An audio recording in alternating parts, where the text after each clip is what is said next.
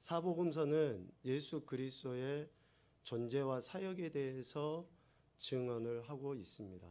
예수 그리스도의 존재와 사역에 대해 마태는 예수님을 왕으로 이렇게 묘사를 하고요.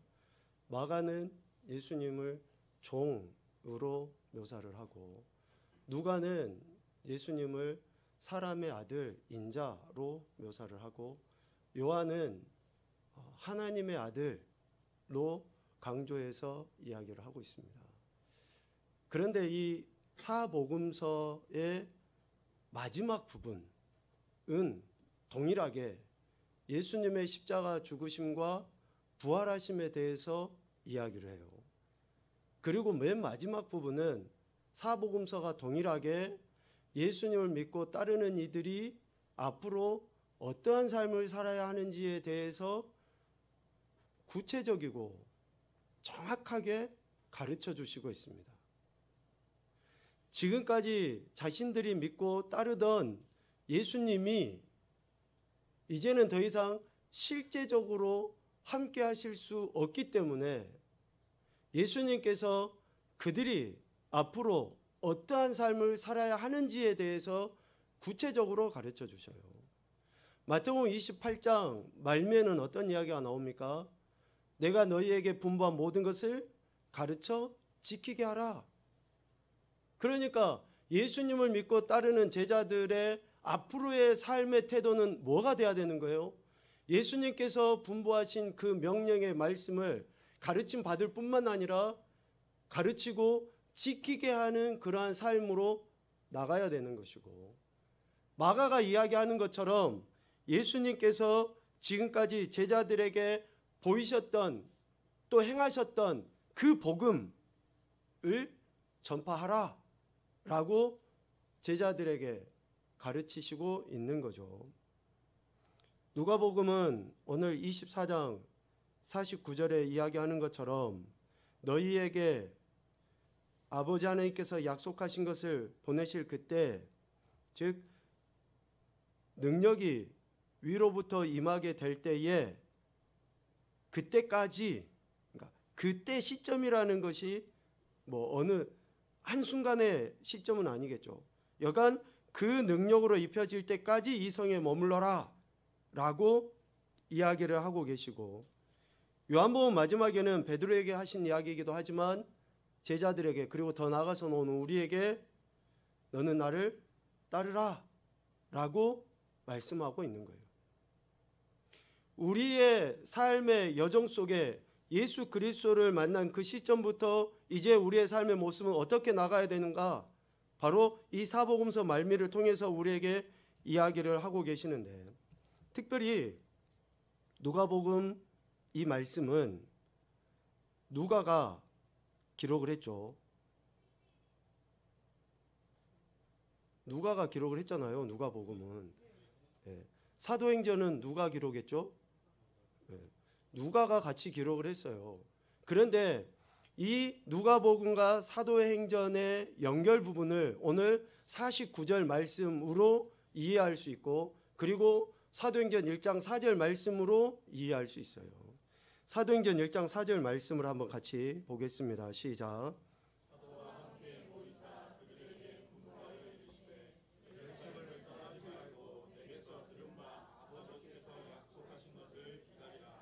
아멘. 그러니까 누가복음은 사도행전을 향한 준비 단계에 있어서 매우 중요한 메시지라고 할 수 있죠. 오늘 읽은 그 본문은. 그래서 사도행전 1장 4절에 말씀하신 것처럼 누가복음 24장 49절 말씀과 동일하게 예루살렘을 떠나지 말고 내게서 들은 바 아버지께서 약속하신 그것을 기다려라. 위로부터 능력으로 입혀질 때까지 너희가 이 성에 머물러라 라고 하신 이 명령, 그러니까 이 명령은 어쩌면 새로운 시대죠. 저들에게는 하나님께서 약속하신 것이 성취될 그 시대를 살아가야 할 이들이 어떤 태도를 취해야 하는지에 대해서 분명하게 가르쳐 주시고 있습니다. 우리 9월 달에는 정돈의 품성을 묵상하려 하는데요. 오늘 누가복음 말씀처럼 너희는 위로부터 능력으로 입혀질 때까지 이 성에 머물러라, 이 성에 머물러라 하신 그 명령에 근거해서 왜 우리가 정돈에 대해서 생각을 해야 하는지, 주보에도 나와 있지만 정돈의 정의는 능률을 최대한 높이려고 내 자신과 주변을 준비하는 것이 정돈이에요. 앞으로 새로운 삶을 살아가야 될 우리 그리스도인들이 새로운 삶을 위해서 최대한의 능률을 나타내기 위해서 우리가 어떤 자세를 취해야 하는가라는 것을 생각을 해보게 됩니다. 먼저는 예수님께서 제자들에게 말씀하신 그 말씀에 근거해서 볼 때에 우리 그리스도인들이 먼저 경험해야 되는 게 있어요. 그것이 바로 49절 전반부에 나와 있는 것과 같이 내가 내 아버지께서 약속하신 것을 너희에게 보내리니 라는 그 말씀입니다. 여기서 약속하신 것이 무엇을 가리킬까요? 성령 하나님을 가리켜요. 약속하신 것은. 그 근거는 요한복음 14장에 있어요. 왜 아버지께서 약속하신 것을 성령이라고 이야기하냐면 요한복음 14장 26절에 보혜사 성령 하나님이 어떻게 오시는가, 임하시는가에 대해서 이야기하지 않습니까? 곧 아버지께서 내 이름으로 보내실 성령. 그러니까 아버지 하나님께서 예수 그리스도의 이름으로 보내실 그분을 이미 하나님께서는 약속하셨다라는 거예요. 그래서 약속하신 것이 성령 하나님이다라는 것을 가리키는데, 위로부터 능력으로 입혀질 때까지 제자들은, 즉 성령의 은혜, 능력을 경험할 때까지, 임재하심을 경험할 때까지 이 성에 머물러라 라고 예수님이 이야기하신 거죠. 이 성에 머물러라. 그리고 사도행전 1장 4절에서는 기다려라 라고 이야기했죠. 사도행전 1장 4절에서는 기다려라. 그러니까 머물다, 기다리다라는 것이 어때요? 그냥 가부좌 틀고 가만히 앉아 있으면 되는 것인가? 아니면 감 떨어질 때까지 입만 벌리고 있으면 되는 것인가? 아니라는 거죠. 이 성에 머물러라, 또 약속하신 것을 경험할 때까지 기다려라 라고 하는 것의 태도는 바로 사도행전 1장 14절 말씀입니다. 이 말씀을 같이 보죠. 여자들과 예수의 어머니 마리아와 예수의 아우들과 더불어 마음을 같이하여 오로지 기도에 힘쓰더라. 아멘. 그러니까 성에 머물고 또 은혜 능력이 입혀질 때까지 기다려라 라고 하셨을 때에 그 기다림에 대한 우리의 태도는 하나님의 약속의 말씀을 신뢰하여 어때요? 마음을 같이하고 오로지 기도하는 데 힘쓰는 것이 머무르는 것이고 기다리는 거예요. 이렇게 할 때에 하나님께서 약속하신 것을 예수 그리스도의 이름으로 성취되게 된다라고 이야기하고 있습니다. 새로운 삶으로 나아갈 수 있는 것, 그리고 우리의 영과 육의 능률을 최대한 높이기 위해서는 우리 자신과 주변을 준비하는 것이 필요한데, 이것은 오직 성령 하나님께서 우리 심령 가운데 임재하실 때에 가능해요. 다시 이야기합니다. 우리 자신과 주변을 준비하고 정리해서 최대한의 능률을 나타낼 수 있는 것은 성령 하나님의 임재하심을 경험한 이들을 통해서 그렇게 나타나게 된다라는 것이죠. 그런데 한 가지, 오늘 사복음서에 나와 있는 내용과 또 사도행전에 기록된 이런 내용들을 여기 모여 있는 저와 여러분은 이미 경험한 줄로 믿습니다. 다시 이야기하면 아버지 하나님께서 약속하신 것이 위로부터 능력으로 입혀진 것을 오늘 우리는 경험한 줄로 믿습니다. 내가 어떠한 가시적인 은사가 드러나지 않아도 내게 있어서 어떤 폭발적인 그런 카리스마가 나타나 보여지지 않는다 할지라도 오늘 나는 여기에서 하나님께 예배하고 있는 저와 여러분은 성령의 임재하심, 즉 위로부터 능력으로 입혀짐을 경험한 존재들인 줄로 믿습니다. 그 근거의 말씀을 몇 차례 이야기하죠. 고린도전서 12장 3절 말씀에 의해서 그러는 거예요. 제가 일부 예배 때 이 말씀을 다시 보면서 또 새롭게 하나님께서 은혜를 주시는데 이 말씀을 다시 한번 봐봅시다. 고린도전서 12장 3절 시작.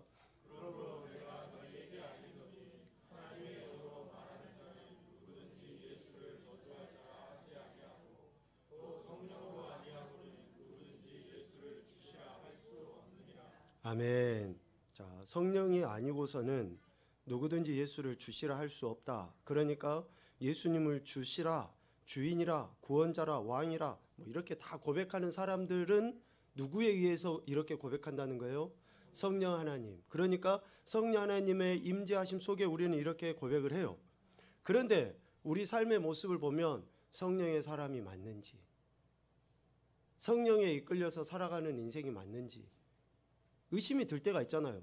내 모습을 봐도 그렇고 다른 사람이 나를 봐도 그렇고 미안하지만 내가 다른 사람 봐도 저 사람 진짜 성령의 사람 맞아?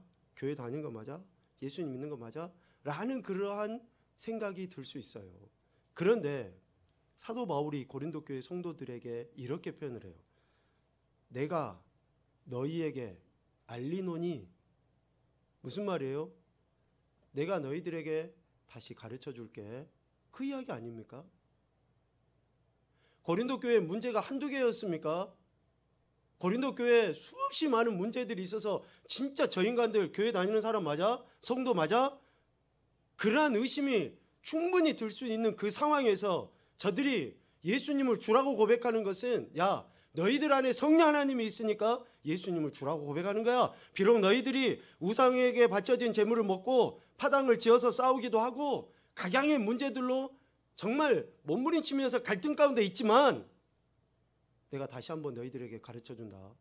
너희들 안에는 성령 하나님이 계시고 성령 하나님에 의해서 너희가 예수님을 주라고 고백하는 거야 라고 지금 사도 바울이 고린도 교회 성도들에게 가르쳐주는 거예요. 그래서 성령 하나님의 내주하심 으로 말미암아 이제 새로운 삶으로 나갈 수 있는, 능률을 최대한 높일 수 있는 그러한 시작점이 된 거예요. 다시 이야기합니다. 우리가 새로운 삶을 살아가게 되고 또 최대한의 능률을 나타내서 더 큰 일들을 감당할 수 있는 것의 시작점은 뭐예요?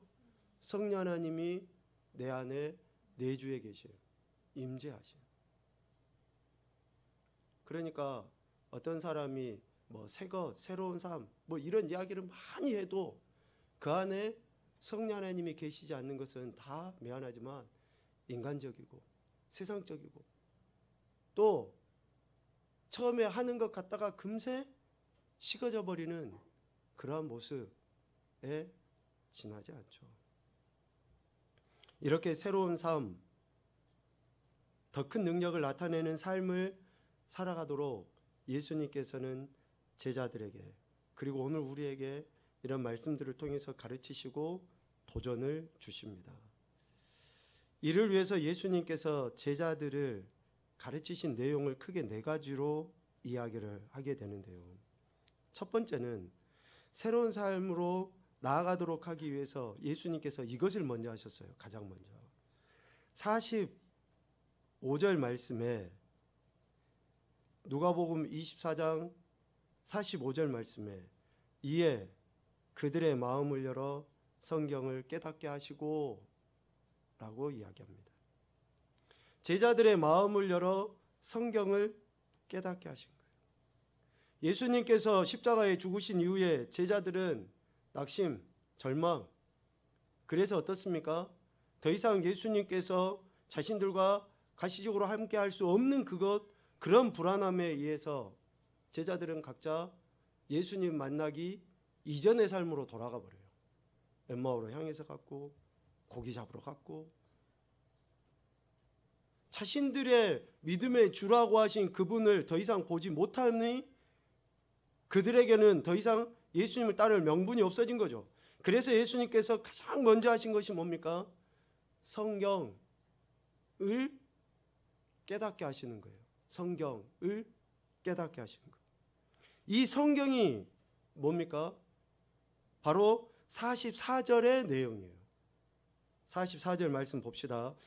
또 이르시되 내가 너희와 함께 있을 때에 너희에게 말한 바 곧 모세의 율법과 선지자의 글과 시편에 나를 가리켜 기록된 모든 것이 이루어져야 하리라 한 말이 이것이라 하시고. 아멘. 곧 성경은 예수 그리스도에 대한 이야기라는 거죠. 모세를 통해서도 선지자를 통해서도 또 영적으로 민감했던 시인들을 통해서도 표현되어지는 그 내용이 뭐예요? 예수 그리스도에 대한 이야기라는 거예요. 예수 그리스도에 대한 이야기. 이것이 성경. 그러니까 새로운 출발을 위해서 성경을 대하는 제자들의 태도가 새로워져야 한다라는 것을 예수님이 가르쳐 주시는 거예요. 다시요. 우리가 새로운 삶으로 나가기 위해서 가장 먼저 해결돼야 되는 것. 이제 성령의 임재하심은 뭐 더 이상 말할 필요가 없습니다. 성령의 임재하심을 통해서 우리는 예수 그리스도를 주라고 고백했으니까 그러한 우리들이 새로운 실질적인 삶으로 나가기 위해서 뭐가 먼저 필요합니까? 말씀을 깨닫는 은혜가 필요한 거예요. 눈이 열려야 된다 이야기하죠. 뭐 영의 눈. 말씀을 깨닫는 눈이 열려야지만이 그 은혜가 있어야지만이 새로운 삶으로 나아갈 수 있게 되는 겁니다. 성령의 임재하심이 새로운 삶의 시작점이다 그러면 지속 가능하게 하는 것은 말씀을 듣고 깨달을 때라는 것을 이야기합니다. 건강한 믿음의 생활로 나가기 위한 필수 요건, 절대적인 요건이라고 해도 틀리지 않겠죠. 하나님의 말씀인 성경에 대한 마음의 태도는 사람과 삶을 새롭게 정립하게 만듭니다. 모든 관계 새롭게 바꿔지게 만들어요. 그래서 여러분들이 말씀을 읽으면 어때요? 지혜를 얻게 되고 그 지혜를 통해서 관계가 하나님 보시기에 바른 관계로 세워져 가요. 44절에 이야기한 것처럼 이것이 바로 예수 그리스도를 나타내기 때문에 그렇습니다. 성경이 증거하고 있는 예수님을 받아들일 때 예수님에 의한 신앙생활을 하게 되고 예수님의 목적을 이루는 사람으로 살아가게 돼요. 하나님 말씀을 받아들일 때 우리의 목적이 또 우리의 신앙의 생활이 달라지게 되는 거죠. 예수 그리스도를 지향하게 됩니다. 그리고 예수 그리스도가 삶의 목적이 되잖아요. 그러면 어떻게 됩니까? 우리의 지성이나 또 우리의 감정이나 우리의 의지가 조화롭게 돼요. 없어지는 게 아니에요. 지성도 그렇고 감정도 그렇고 의지도 그렇고 다 있어요. 그런데 이게 적절하게 조화가 돼가지고 어때요? 더 큰 능력을 발휘하게 돼요. 그러지 않으니까 어떤 사람들은 의지만을 드린다든지 또 어떤 사람은 막 감정대로 막 살아버린다든지 또 자기 지식만 갖고 자랑을 하게 돼요. 그런데 이런 조화 질서는 하나님 말씀을 깨달아 알 때에 자연스럽게 이런 조화를 이루게 돼요. 그래서 여러분들이 제대로 된 인격을 가진 신앙생활을 하기 위해서는 하나님의 말씀에 대한 깨달음이 있어야 돼요. 성령 하나님의 도우심을 구하십시오. 말씀을 통해서 우리의 전인격이 새로워지도록. 왜 그렇습니까? 성경 말씀은 하나님의 감동으로 기록되었잖아요. 성령에 의해서 기록됐어요. 성령에 의해서 기록된 그 하나님의 말씀이 우리를 온전하게 하고 더 큰 능력을 행할 능력, 힘을 갖게 하는 거예요. 그러니까 하나님의 말씀을 깨닫는 자가 진짜 강한 사람이에요. 진짜 지혜로운 사람은 하나님의 말씀을 깨닫는 사람이에요. 그런데 우리가 그 말씀을 깨닫질 않아요. 아니, 깨닫질 않는 게 아니라 깨달으려고 시작을 안 해. 말씀을 안 펴니까. 아니, 펴서 좀 봐야지 뭐가 될 텐데. 그래서 여러분 지속적으로 꾸준히 말씀을 읽고 묵상하시면 이런 지혜를 얻게 됩니다.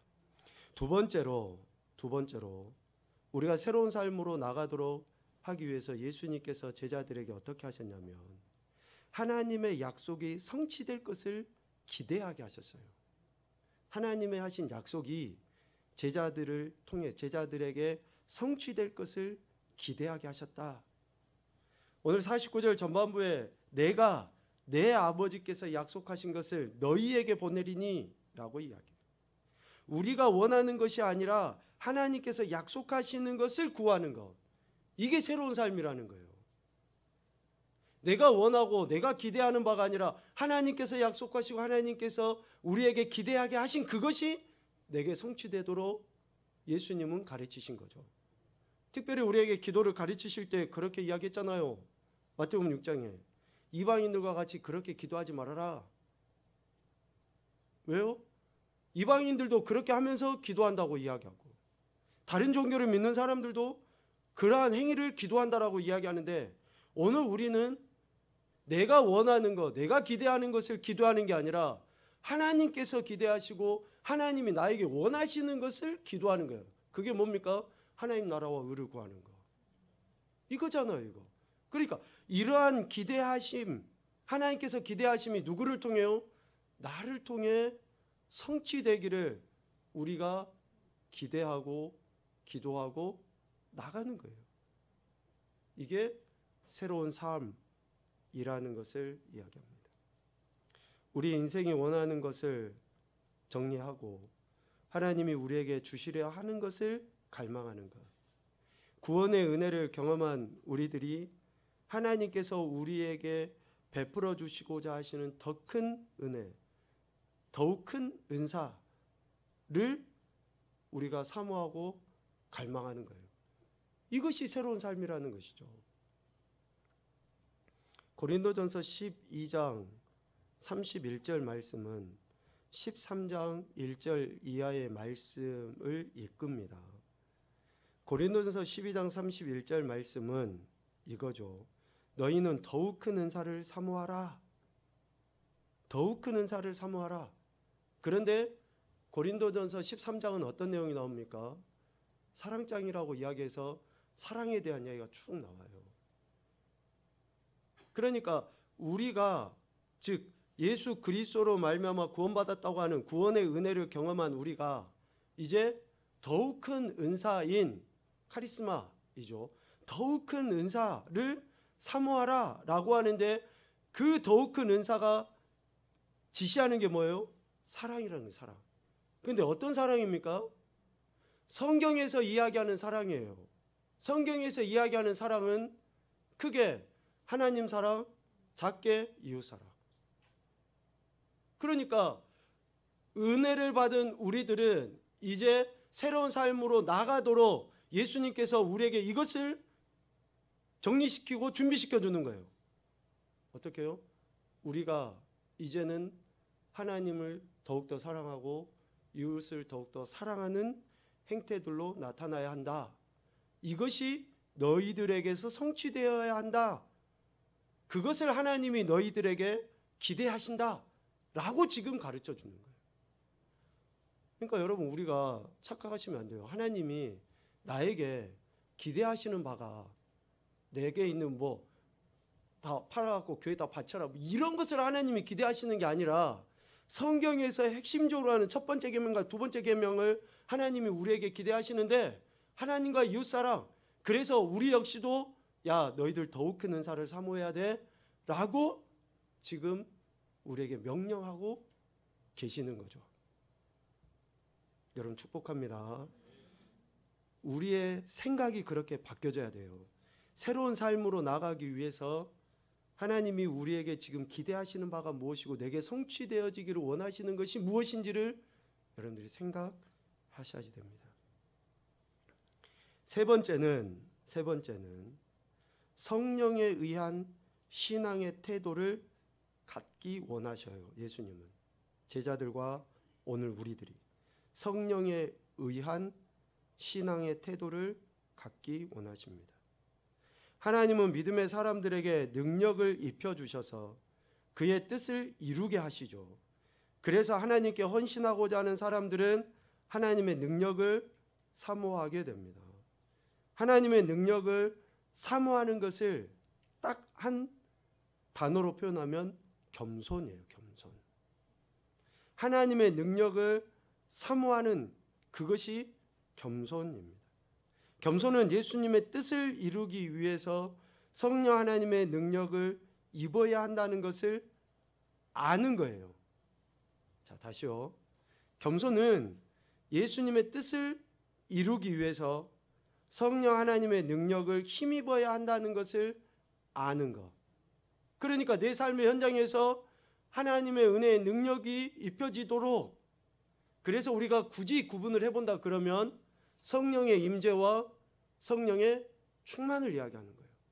성령의 임재로 우리가 새로운 삶의 시작점이 됐다 그러면 하나님이 기대하시는 바를 행하고 더 큰 은사 능력을 나타내고 할 수 있는 것은 뭘로 이루어집니까? 충만으로 이루어지는 거예요. 그래서 성령 하나님께서 주신 그 능력, 그 충만함을 가지고 우리는 새로운 삶으로 나가는 거예요. 새로운 삶. 이 새로운 삶이 크게 보면 바로 하나님 나라입니다. 이 새로운 삶이 우리 그리스도인들에게 하나님께서 약속하셔서 성취하려 하시는 궁극의 하나님 나라. 로마서 14장 17절 말씀입니다. 시작. 하나님의 나라는 먹는 것과 마시는 것이 아니요 오직 성령 안에 있는 의와 평강과 희락이라. 아멘. 그래서 성령의 충만함을 매 순간순간 갈망하는 자들의 심령과 삶의 현장은 하나님 나라. 우리 찬송가가 407장이었나요? 뼈 아픈 눈물이 있고 아픔이 있고 근심이 있고 그렇다 했잖아요. 질병이 있어요. 그래도 성령의 임재하심과 충만한 은혜를 갈망하는 자들은 임마누엘 하나님이 함께 하심의 은혜 어디든지 하나님 나라가 되는 거예요. 하나님은 이것을 우리에게 기대하셔요. 우리에게. 그런데 세상 사람들하고 똑같이 있으면 해, 없으면 죽을 상을 쓰고, 여러분 우리의 생각이 예수 그리스도를 믿는다고 하는 그 생각이 얼마나 실제적으로 나를 지배하고 있는가라는 것을 여러분 다시금 곰곰이 생각을 해보셔야 됩니다.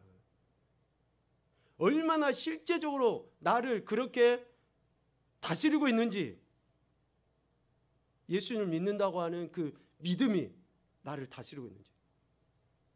그래서 우리의 삶은 내가 하나님 나라, 즉 성령 안에서 이런 하나님 나라를 살아가고 있는지 아닌지를 점검해 볼 때 내가 지금 하나님이 내게 약속하신 것을 성취해 가고 있는 삶인지, 또 아니면 내가 실질적으로 하나님의 말씀을 깨닫고 내 삶에서 적용해 가고 있는지를 진단하게 돼요. 진단해 보죠. 마지막 한 가지는 예수 그리스도로 말미암아 새로운 삶을 살아가게 된 우리들에게 예수님은 이제 증인의 삶을 살아가라고 가르치셔요. 오늘 48절에 보면 너희는 이 모든 일에 증인이다 라고 해요. 이 모든 일의 증인이다. 즉 예수님을 증거하는 삶이 되도록 예수님은 우리에게 은혜를 베풀어 주시는 거죠. 우리 인생이 받은 가장 기본적인 은혜가 구원이라 할 때 이 은혜를 받은 자들은 은혜를 베푸신 하나님의 목적을 명확하게 알고 그 일을 위해 삶을 헌신하고자 하는 그런 결단을 하게 됩니다. 삶의 목적을 분명히 할 때 무질서해지지 않아요. 방황하지 않습니다. 삶을 허비하지 않아요. 목적이 불분명하니까 방황하게 되고 혼란하고 혼돈하고 무질서에 빠지게 되는 거예요. 그래서 예수 그리스도를 믿고 따르는 자들, 위로부터 능력으로 입혀짐을 경험한 자들은 이제 이전과는 다른 새로운 삶의 목적이 주어지게 된 거예요. 그것은 이 모든 일의 증인이라는 거죠. 이 모든 일의 증인. 여기서 이 모든 일이 가리키는 것은 46절, 47절 말씀입니다. 그리스도가 고난을 받고 제3일에 죽은 자 가운데서 살아나는 것, 그의 이름으로 죄사함을 받게 하는 회개가 예루살렘에 시작하여 모든 족속에게 전파될 것, 이것의 증인이라는 거예요. 이것의 증인. 그러니까 우리는 뭘 증거하는 거예요? 46절, 47절을 증거하는 거예요. 야, 교회 다녀봐봐, 예수님 믿어봐봐 하면서 세상 이야기를 하는 게 아니라 장사 잘 되려면 큰 교회 다녀야 돼. 절대 그런 이야기에 속으시면 안 돼요. 그건 복음이 아니에요, 여러분. 여러분을 죽이는 거예요, 죽이는 거. 심지어는 요즘에는 아이들 공부에 대해서 굉장히 민감하잖아요. 그러니까 그걸 이용을 해서 소위 전도처럼 이야기를 해요. 위험합니다. 위험해요. 복음의 본질은 46절, 47절이에요. 이것의 증인이라고 지금 예수님이 우리에게, 제자들에게 말씀하신 거예요. 증인은 이 사실만을 증거하는 자예요. 마르티스, 순교자, 우리 이야기하죠. 그러니까 이 일을 증거할 때에 목숨을 잃는다 할지라도 이것만을 증거해야 돼요. 여기에다 더하거나 덜해서는 증인이 아닙니다. 그래서 이것을 증거하는 거예요, 이것을. 그래서 누가는 하나님께서 약속하신 것, 즉 성령의 능력을 위로부터 입혀진 인생들은 증인으로서의 삶을 살아야 한다라고 강력하게 권면했어요. 그 말씀이 바로 사도행전 1장 8절 말씀 아닙니까? 성령의 능력을 경험한 자들은, 새로운 삶으로 나아가는 자들은 증인이다 라는 것을 사도행전 1장 8절로 이야기하고 있어요. 같이 보죠. 시작.